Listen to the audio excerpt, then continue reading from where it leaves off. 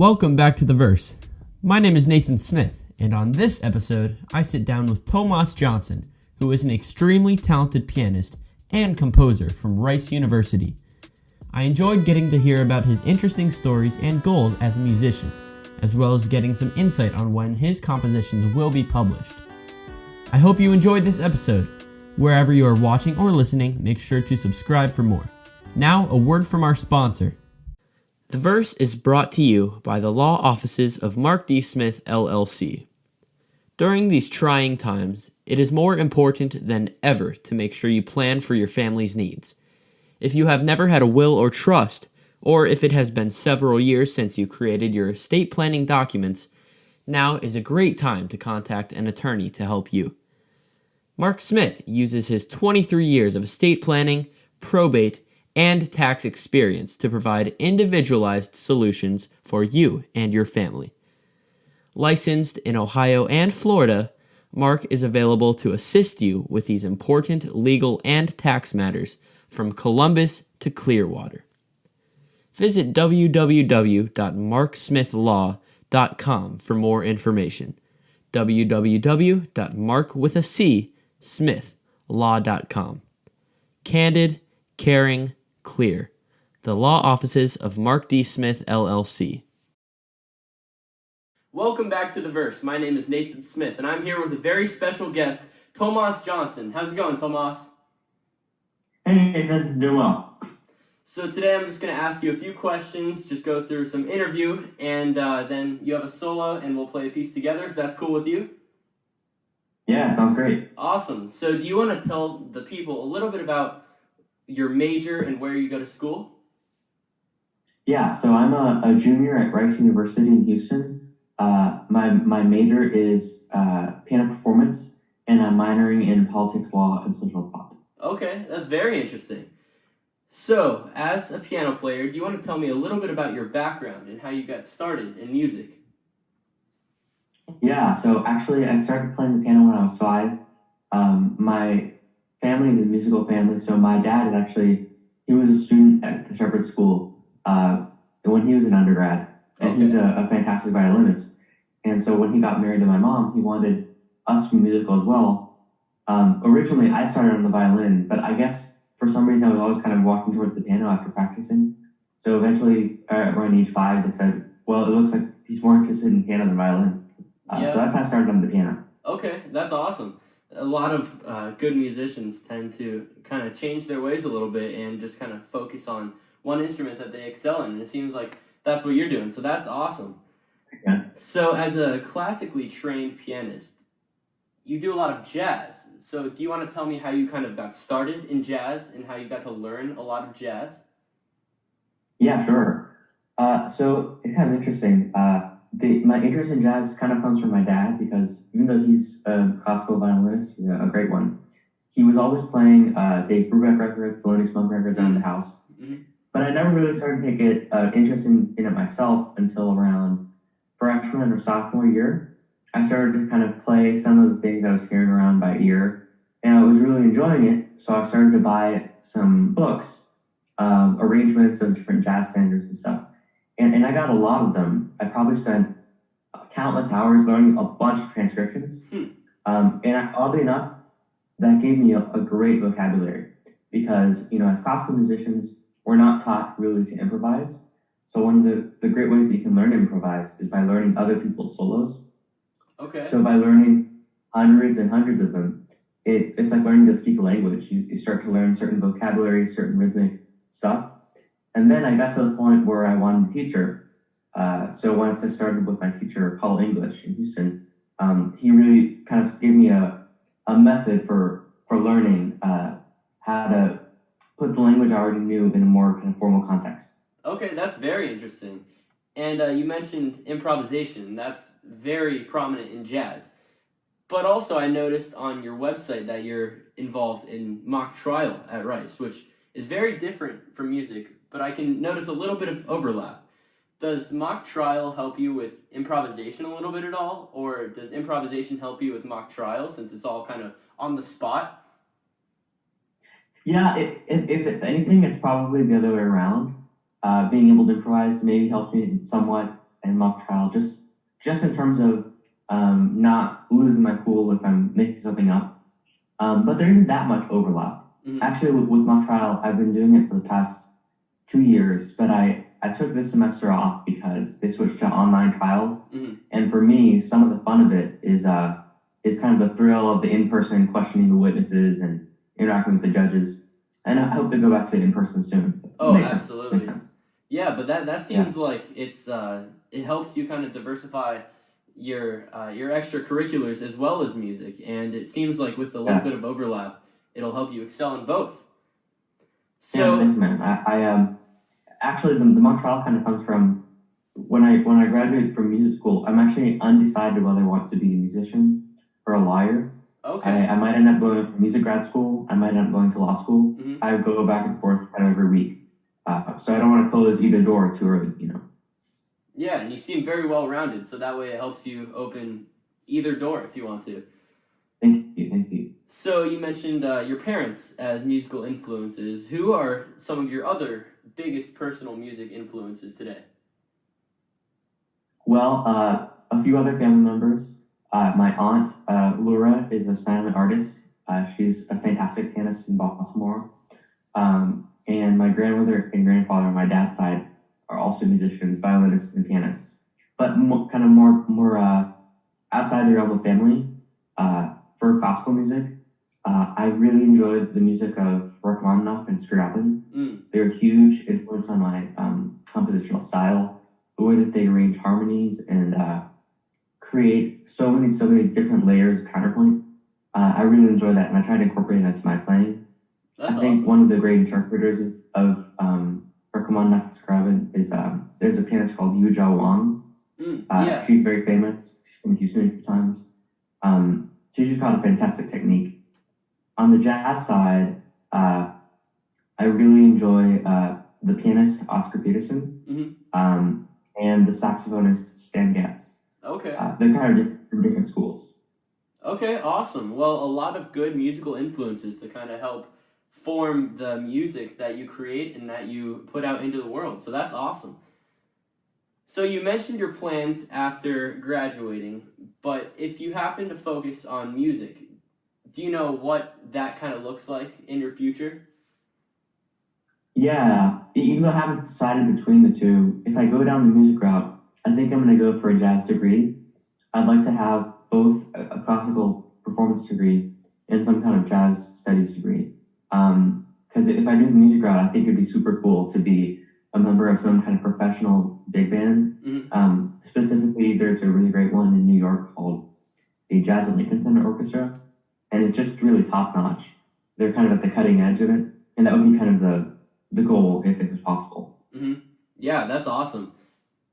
So, outside of your field of study of classical piano and jazz piano, what kind of music are you listening to right now? Yeah, so I actually enjoy. I've been getting into Afro-Cuban music a lot lately. Mm-hmm. So Afro-Cuban music is a huge umbrella. It includes salsa, mambo, cha-cha. Those are the main ones. But there's also rumba as well. And what's really appealing to it is how rhythmically centered it is. The percussion plays such a huge role, and it creates this really intricate groove of 4 or 5 different parts interlocking together. And if the percussion groove is really set, as a soloist or as a pianist, you can just really kind of float over it. It's a lot of fun.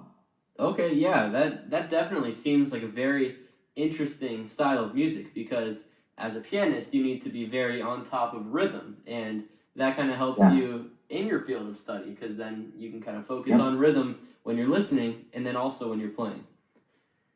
Yeah, one of the challenges is oftentimes the players will do really elaborate rhythm bending things like over the bar, top lift and stuff. Mm-hmm. Like if the conga player is taking a solo, he will just somehow he manages to float completely out of time while everyone else is still in time. And if you don't have your own strict sense of time, you'll get completely lost. Yeah, it's a lot of fun. That's really cool. I'd love to start listening to that a little bit more.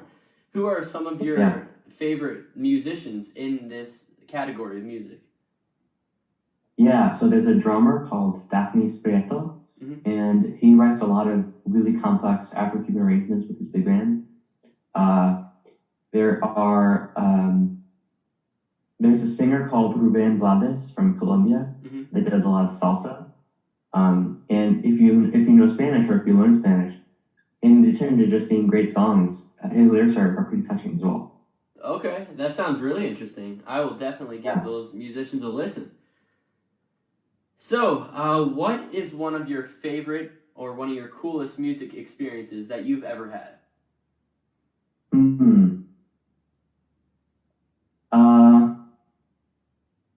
That's a great question. Well, I guess I have two, and they're kind of similar. The first is when I was younger, probably around middle school, I won a kind of a local piano concerto competition. Oh, wow. And I got the chance to perform one of Mozart's concertos, at least one or two of the movements, with a local orchestra. And just, especially as a young kid, I just never gotten the chance to play in such a huge ensemble. And it's a lot of fun to have a huge orchestra behind me. And similarly, probably my other favorite musical experience was senior year doing all-state jazz band orchestra. Again, most of my experience with jazz has been either solo or very small combos. I'd never had the chance to be behind a full sax, full trombone, full rhythm, etc. It was just a wonderful experience to have the full range of sound right at your fingertips. Oh, absolutely. And I've heard that in Texas, you are from Texas, correct? Yeah. Yeah, I've heard that in Texas, the high school all-state musics, they're very important, kind of huge in the culture of high school music. Yeah, it's pretty competitive too. It's a big thing. I'm really glad I was able to make it. That's awesome. So you do have a solo prepared, yes? Do you want to tell me a little bit about the piece before we kind of get into it?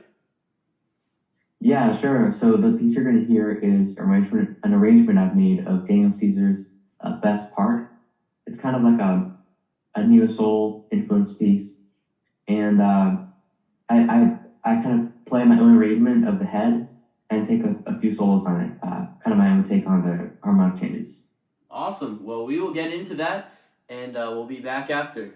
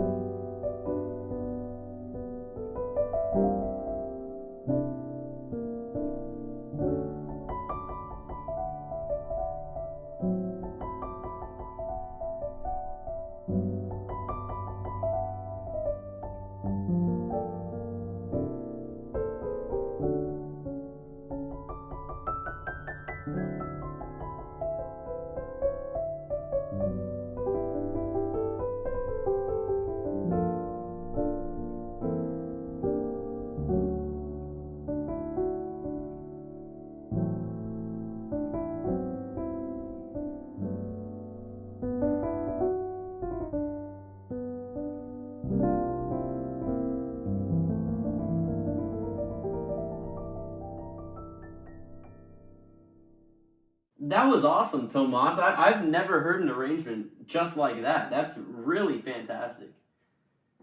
Thanks, man. I'm glad you liked it.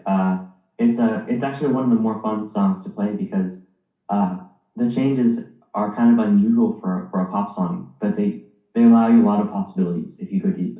Yeah, for sure. There's some interesting chords in that piece, too, that allow for a lot of expansion. So, awesome job with that. Thank you. So, that was a bit of your composition. And talking about focusing on your composing side, you do have an album coming out soon, yeah? Yeah, I wish I could tell you exactly when it's coming out. My first album is going to be called First Impressions. Originally, I wanted it to come out kind of this winter, but the pandemic has really slowed down the recording process. It's been hard to get rooms to record at Shepherd because everything's all booked up. Mm-hmm. So it might end up coming kind of halfway through 2021. It's going to be an album of all original piano compositions, and it'll be a solo album. So just me at the keyboard, a mix of grand piano stuff, synth stuff, different layers of electric keyboards and stuff. But it'll all be original and just me. That's awesome. I'm definitely looking forward to that. Thanks. So you mentioned how the pandemic situation kind of impacted that aspect of things, and as you guys can see, we're on Zoom for this interview. Other than that, how has the pandemic impacted your music? Maybe in a positive way. Well, it's definitely, in some ways, it's given me a little more time to write and to practice, which is a good thing. Mm-hmm. You know, there's less appointments and events to get to, so there's a little bit more time to get to brass tacks. On the other hand, though, a big element of my inspiration is collaboration, and oftentimes going months and months without playing with anybody or barely playing with anybody, it removes kind of one of my sources of ideas, because sometimes some of your best ideas, you play an idea for a friend and says, oh no, try this instead. And you kind of develop this dialogue, and then one of it ends up being a piece. And that kind of doesn't, or barely happens because of the restrictions that there are. Mm-hmm. But it makes sense. I understand why. Yeah. Well, I'm still looking forward to it nonetheless, because I'm sure it's going to be amazing. So, what does the production of your album really involve, and how extensive is this process? Yeah, so it's going to be completely self-recorded, self-produced, and self-mixed. My last release I did last year in 2019. I went to a studio to do it, which was a lot of fun. I love the recording studio, but it's also very expensive. And if I'm going to do kind of 15-ish tracks, I don't have the money of a giant studio. So I'll be producing it myself. Mm-hmm. And I've been trying to learn how to mix using Logic and different other plugins and stuff. And I think it's been going pretty well on the few tracks I have done so far. So it's going to be fun. Awesome. Yeah, Logic is a great program for mixing some stuff. I have a little bit of experience, but probably not as much as you, as you're working on an entire album, which is coming out soon, and I'm looking forward to it. Yeah, I've only been using it for around less than a year, actually. Yeah. So. Well, nonetheless, it's going to be really awesome. And when that comes out, there will be a post on my Instagram about it, shouting out Tomás. Thank you. So, by the time this episode releases, the Nocturne for Piano and Strings recently released with my sister on violin. Do you want to tell me a little bit about that piece and how that kind of came to mind and how it came to fruition? Yeah, sure. So the next thing I have coming out is going to be out by the end of the year. It's called Nocturne. It's for piano and a set of strings. It was recorded at Studio Concert Hall. So this was also self-recorded, self-mixed and stuff. I had myself and a set of fellow Shepherd musicians and a grad student from the composer. It was a lot of fun to make. Your sister Allison is on one of the violin parts. You can hear her solo at one point. Nocturne is really kind of an assembly of a lot of different ideas I had over the year. So often when I write, sometimes I'll have a 30-second idea for a theme or something, and I'll kind of run to the piano and record a snippet over to my phone. And then a month later, I'll have a different kind of motif or a chord progression or some kind of melody. And I have probably 300 or 400 such voice memos on my phone. Wow. And every few months, a few of those get paired together, picked based on what I think would work together as a piece, and then it starts developing. So I have the piece has two main themes, and then as the piece goes along, each theme gets developed, and then they eventually get blended in with each other. It's a lot of fun. Well, that is the mind of a composer, a great composer, ladies and gentlemen. So I'm looking forward to hearing this, and it's going to be great. So you mentioned a few composers that inspire you, but what else inspires you to compose? Well, definitely my friends. I definitely have. There's a friend who I play with at my church. His name is Jeremiah. We work together all the time. He's my go-to drummer, and he's a musical inspiration as well as just a personal inspiration. You know, he kind of encourages me if I'm procrastinating a project or something. Sometimes I can also be inspired by sounds I hear, like kind of walking in the city or something. Sometimes like a bus horn will kind of move in a certain way, or an alarm will go a kind of rhythmic way, and you get an idea out of that. And sometimes, you know, if I spend enough time at like a national park or something, sometimes you get some ideas just from nature too, just from wonderful views and stuff. Sometimes it gives you the clarity of mind you need to plan something out. That's really interesting. So, is being a composer your dream job? I would love, if I go down the music route, I would love to continue composing. I don't know if I want composing to be my main living. I'd probably rather to be a pianist for the most part who composes and puts his pieces out regularly. So for example, I've written several pieces, and I've started to get into film scoring recently, and I love doing all that. But I know that if I had to do it on a time schedule constantly, I would kind of lose the joy of it. So I don't want to make that my main career. I just kind of want to do that at my own pace. Okay. Well, that's awesome. Just one last question before we wrap it up and move into a collaboration performance. One question that I ask all my guests. When you're gone, what do you want your legacy to be? That's a good question. Well, if I was successful as a musician, if I made it to the places that I wanted to be, I would want to be an example of someone. I know a lot of classical musicians that think that just because they learned classical as they grew up, they are never able to do jazz, and it's just kind of like this different language that's foreign to them. And I would love to be an example of someone that successfully made the transition, and hopefully is encouraging to other people that are interested in that but are concerned. But that's far off into the future, and who knows if we'll get that far. Yeah, still that's really cool, and I hope that you become that person that kind of blends the transition from different types of music together. Thank you. Well, thank you so much for coming on The Verse. Yeah, it's been a pleasure, Nathan. Thanks for having me. Yeah, absolutely. And do you want to shout out any of your social medias, anything that you can plug real quick? Yeah, sure. So I post most of my content on my Instagram, which is at Music by Tomas. So MUSICBY, and my name is TOMAS. I also have a YouTube channel. You can just search up my name, Tomás Jonsson. And you should see announcements out about my single, Nocturne, which will be coming out on Christmas Eve. So I'll put something out when it's out.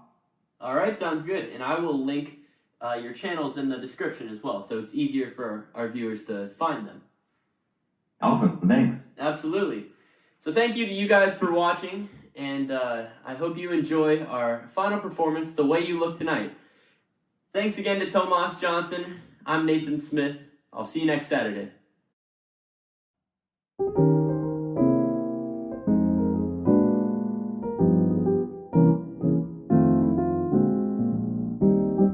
Someday, when I'm awfully low, when the world is cold, I will feel a glow just thinking of you and the way you look tonight.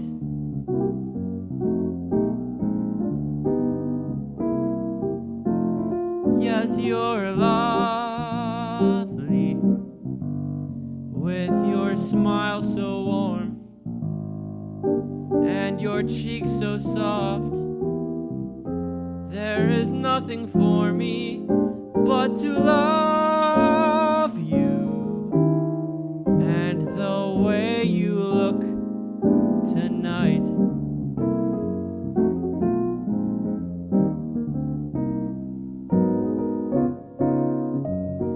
With each word, your tenderness grows, tearing my fear apart. And that laugh that wrinkles your nose touches my foolish heart. Lovely, never ever change. Keep that breathless charm. Won't you please arrange it? 'Cause I love you and the way you look tonight.